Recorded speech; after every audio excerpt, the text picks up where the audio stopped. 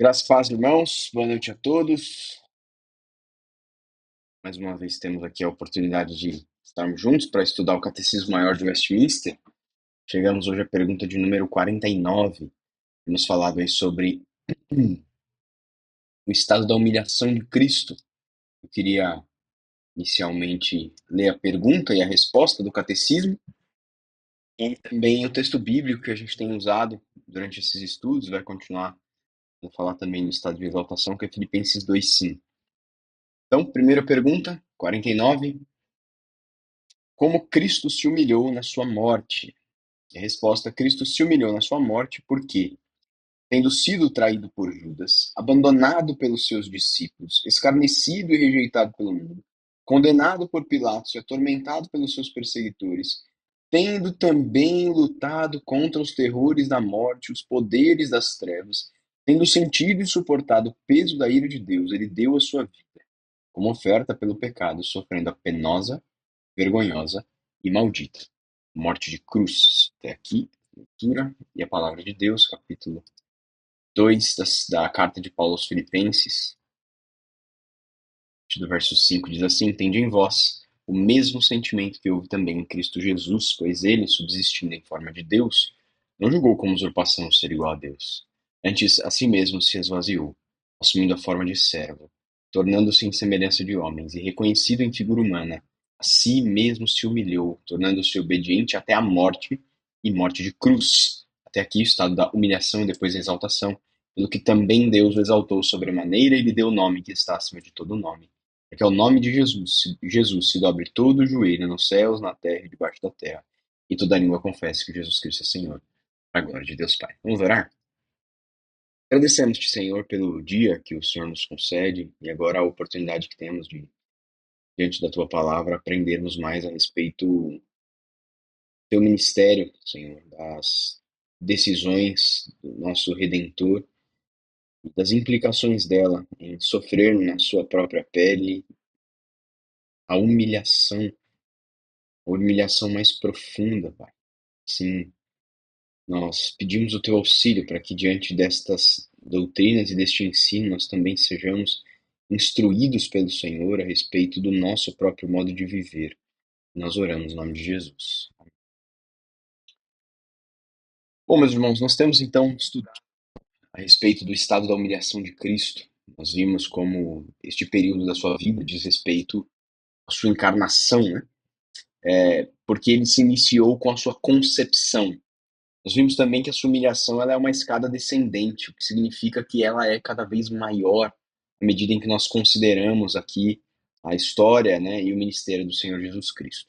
Na semana passada, nós estudamos como isso se deu na vida de Jesus como um todo e hoje vamos nos aprofundar num momento específico da vida de Jesus, que é a sua morte, né, e tudo que levou o Senhor Jesus a esta circunstância terrível.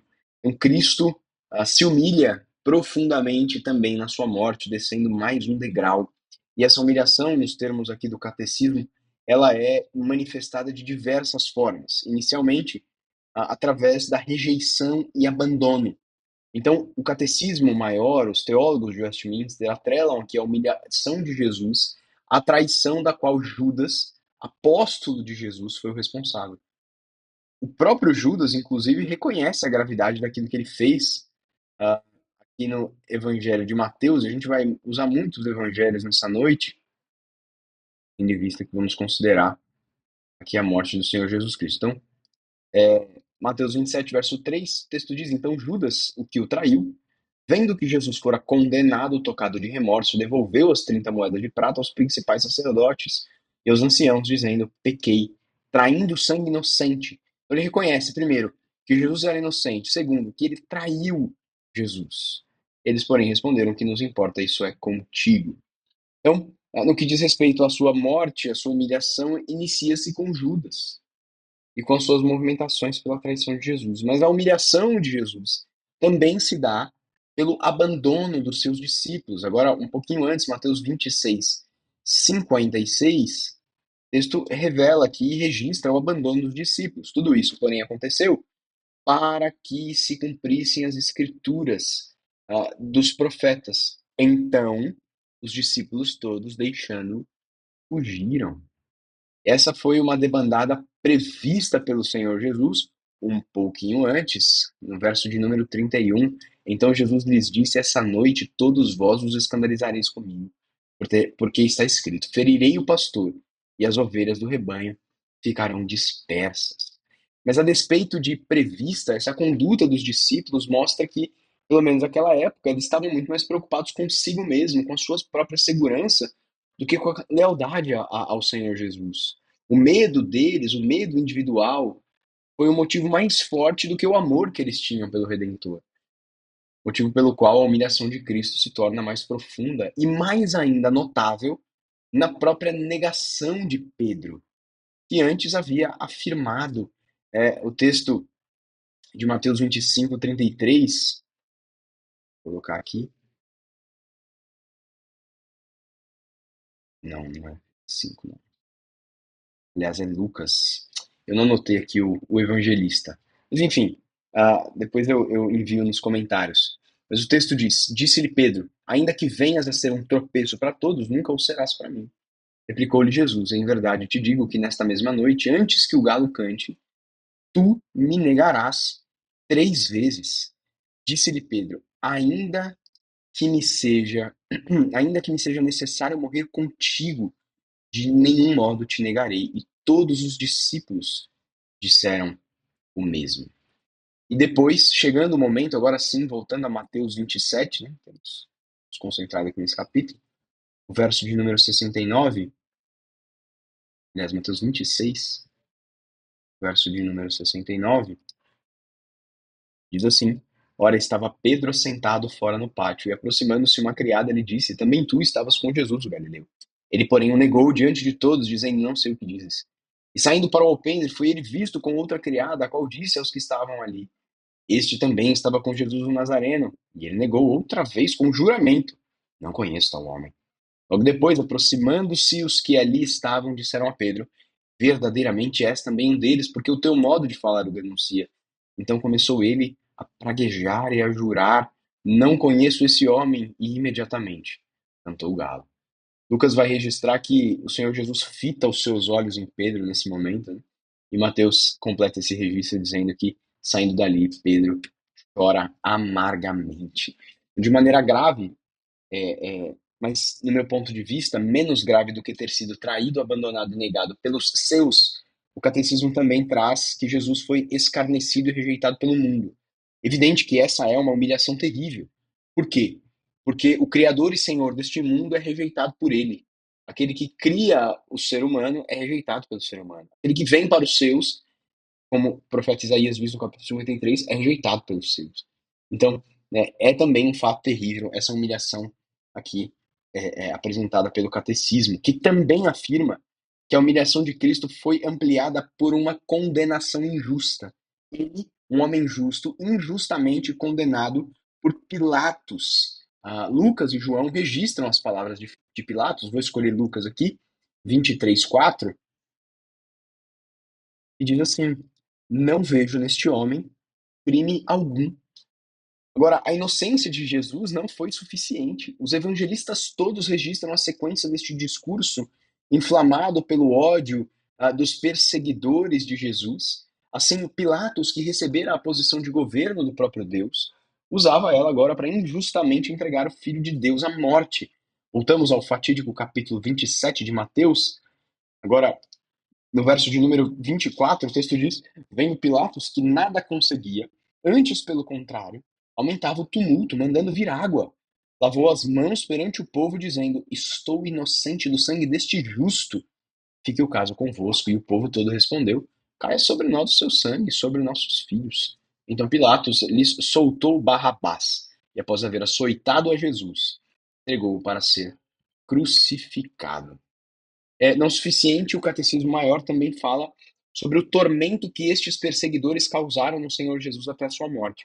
Você leia o capítulo 27 e você vai perceber que antes da sentença, Jesus ele sofreu tortura, ele foi duramente açoitado. Os soldados romanos, em zombaria, vestiram-no com um manto escarlate, o texto diz, colocaram na sua cabeça uma coroa de espinhos, lhe deram um caniço como cetro, e em ironia o chamavam de rei dos judeus. Eles cuspiram nele, bateram na cabeça dele, esbofetearam o Senhor Jesus. Ele teve de carregar a pesada cruz, enfraquecido pelos maus tratos, ele cai no meio do caminho. Então um homem chamado Simão, né, Cirineu, Simão de Cirene, ele é forçado a ajudá-lo. Quando Jesus chega no lugar da crucificação, ali os soldados oferecem para ele vinho misturado com fel. Os soldados então pregam as mãos e os pés de Jesus, erguem ele naquela cruz, expondo a vergonha pública, a maior das vergonhas. E até mesmo na cruz ele teve de suportar as zombarias, porque havia dois ladrões e um deles, que justamente ali estava sendo crucificado, zombava dele. Então a angústia do Senhor Jesus, ela e a sua humilhação, ela é ampliada pela tormenta que ele sofreu dos seus perseguidores na sua jornada da condenação até o Calvário ali no Gólgota. O catecismo também trata da angústia extrema, destacando que Jesus lutou contra os terrores da morte e os poderes das trevas. De modo especial, no jardim do Getsemane, na noite anterior à sua crucificação, Jesus afirma, Mateus 26:38, registra isso. Ele diz assim: a minha alma está profundamente triste até a morte. Ficai aqui e vigiai comigo. Neste processo agonizante, Jesus ainda teve de lidar com o peso da ira de Deus. Isso se refletiu especialmente na cruz, quando desamparado pelo Pai, por volta da hora nona, em Mateus 27:46, clamou Jesus em alta voz, dizendo: Eli, Eli, lama sabachthani, o que quer dizer: Deus meu, por que me desamparaste? Então ele teve de sofrer o abandono do próprio Pai, porque Deus Pai não poderia conviver com o pecado. Mas também, e aí agora terminando, falando sobre a morte de Cristo, o catecismo enfatiza uma realidade sublime sobre ela. No meio de tanta vergonha, de tanta humilhação, de tanto terror, o catecismo fala sobre algo sublime. Ele deu a sua vida como oferta pelo pecado. Este foi, portanto, um movimento voluntário do Salvador. A despeito da humilhação e da injustiça envolvida em todo esse processo, ele morreu como uma oferta, como um meio de apaziguar a ira de Deus causada pela pecaminosidade humana. Um pouco antes, no relato de Mateus, capítulo 20, verso 28, ele mesmo afirma, tal como o Filho do Homem, que não veio para ser servido, mas para servir e dar a sua vida em resgate por muitos lá. João também registra algo parecido, dizendo que Jesus dizendo: ninguém tira a minha vida, eu vou lá dou. Né? E o reverendo Onésio, o pastor da nossa igreja, falando sobre a morte de Cristo, afirma que ele nasceu marcado para morrer, assim como todo ser humano. Todos nós, quando nascemos, sabemos que morreremos um dia. Jesus, no entanto, teve o ciclo normal da vida interrompida, porque ele não morreu de morte natural, mas de uma morte violenta. E não apenas isso, mas a sua morte antinatural, e o catecismo termina falando sobre isso, se deu de maneira penosa, vergonhosa e maldita. Foi a morte de cruz. Por que essa morte é tão vergonhosa?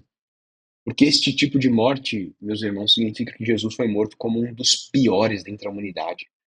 Uma morte que era reservada aos homens mais cruéis e mais vis. Uma morte reservada aos mais indignos dentre os homens. E um grande teólogo, falando sobre isso, ele explica. Ele diz assim: além disso, tem significado especial não ter sido decapitado ou apedrejado até morrer, mas crucificado. Ao sofrer este tipo romano de castigo, foi contado com os mais vis criminosos e a escória da humanidade, satisfazendo assim as exigências mais extremas da lei. Ao mesmo tempo, sofreu uma morte maldita, dando isso como prova de que se tornou maldição por nós. A própria morte de cruz, então, além de tudo isso, era um próprio símbolo de maldição. Quando Paulo escreve a sua carta aos Gálatas, no capítulo 3, verso 13, ele cita Deuteronômio e diz justamente isso. Cristo nos resgatou da maldição da lei, fazendo-se ele próprio maldição em nosso lugar, porque está escrito: maldito todo aquele que for pendurado em madeiro, para que a bênção de Abraão chegasse aos gentios em Jesus Cristo, a fim de que recebêssemos pela fé o Espírito prometido. Assim, então, Esse é o penúltimo degrau, a morte de Cristo. É o penúltimo degrau descendente desta humilhação do nosso Senhor Jesus, mas ainda nos resta outro que nós estudaremos, se Deus assim nos permitir, na semana que vem. Para a gente terminar, quero orar a Deus agradecendo pelo tempo. Nós te bendizemos e te agradecemos, Senhor, pelo tempo de estudo que tivemos, porque com muito pesar consideramos nessa noite a humilhação mais profunda do Senhor, mas com alegria consideramos a sua morte, sabendo que foi através dela que nós recebemos a vida eterna. Nós somos comprados e retirados do império das trevas, transportados para o reino do Filho do seu amor. Por isso, nós bendizemos ao Senhor por tamanha misericórdia e graça a nós dispensada. E assim o fazemos em nome de Jesus. Amém. Os irmãos, que Deus os abençoe. Desejo a todos aí um bom resto de quarta-feira, um bom resto de semana. Deus assim nos permitir, nos vemos domingo na nossa igreja e depois na próxima quarta com o término do estado de humilhação de Cristo. Até lá, Deus abençoe. Tchau, tchau.